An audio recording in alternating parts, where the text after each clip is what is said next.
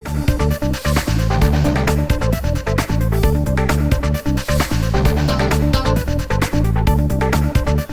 কাণ্ডে তৃতীয় গ্রেফতার।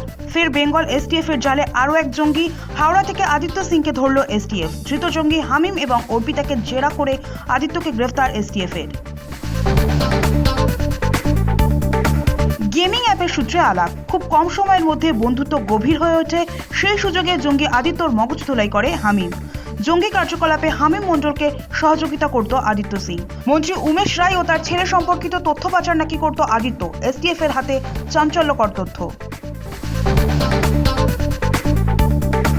পেশাদার গ্যাংস্টারকে বরাত দিয়ে খুন করানোর পরিকল্পনা করেছিল হামিম মণ্ডল। রাজ্যে অশান্তি পাকানোর ছক আইএসআই এর। হামিম এবং তার বান্ধবী অর্পিতা সরকারকে জেরা এনআইএ এর। বীরভূমের পাথর সম্রাট টুলু মণ্ডলকে ঘিরে বিতর্কের মাঝেই বড় আপডেট। এবার মোহাম্মদবাজারের 2 সাব ইন্সপেক্টরকে ক্লোজ। টুলু কানেকশনের জেরেই বড় সিদ্ধান্ত, চর্চা তুঙ্গে। অ্যাকাউন্ট ফ্রিজ মামলায় সুপ্রিম কোর্টে বড় ধাক্কা কালীঘাট তৃণমূলের। অন্তর্বর্তী স্বস্তি অধরাই রয়ে গেল। ইডির জবাব চাইল সুপ্রিম কোর্ট। মঙ্গলবার কালীঘাট তৃণমূল ইডির বক্তব্য শুনবে শীর্ষ আদালত।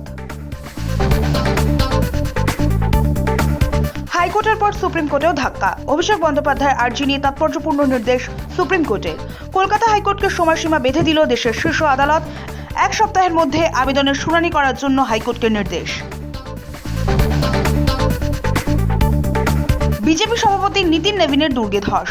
বাকিপুর উপনির্বাচনে বড় জয় পিকে।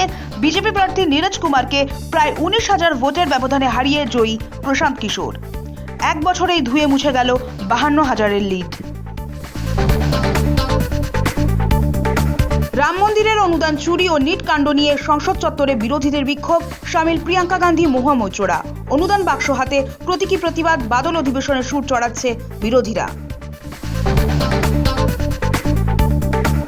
আসল পড়ুয়াদের মাফ, অপরাধীদের নয়। বিক্ষোভের আড়ালে যারা গুরুতর অপরাধে জড়িয়েছে তাদের কোনোভাবেই রেহাই দেওয়া হবে না। সংসদ চলো কর্মসূচি মামলায় সুপ্রিম কোর্টে জানালো কেন্দ্র। শীর্ষ আদালত বলল, আন্দোলনে অংশ নেওয়া সাধারণ পড়ুয়াদের বিরুদ্ধে মামলা প্রত্যাহার বা বন্ধ করতে রাজ্য সরকারগুলি সম্পূর্ণ স্বাধীন। যন্তর মন্তরের বিকল্প প্রতিবাদের স্থান চেয়ে সুপ্রিম কোর্টে জনস্বার্থ মামলা দায়ের। প্রতিবাদের জন্য কি সঠিক জায়গা নয় যন্তর মন্তর? বিকল্প জায়গার খোঁজে কেন্দ্রকে নোটিশ শীর্ষ আদালতের। জেনে নেব ওয়েদার আপডেট। বুধবার পর্যন্ত অতি ভারী বৃষ্টির সতর্কতা। উত্তরবঙ্গে রেড অ্যালার্ট।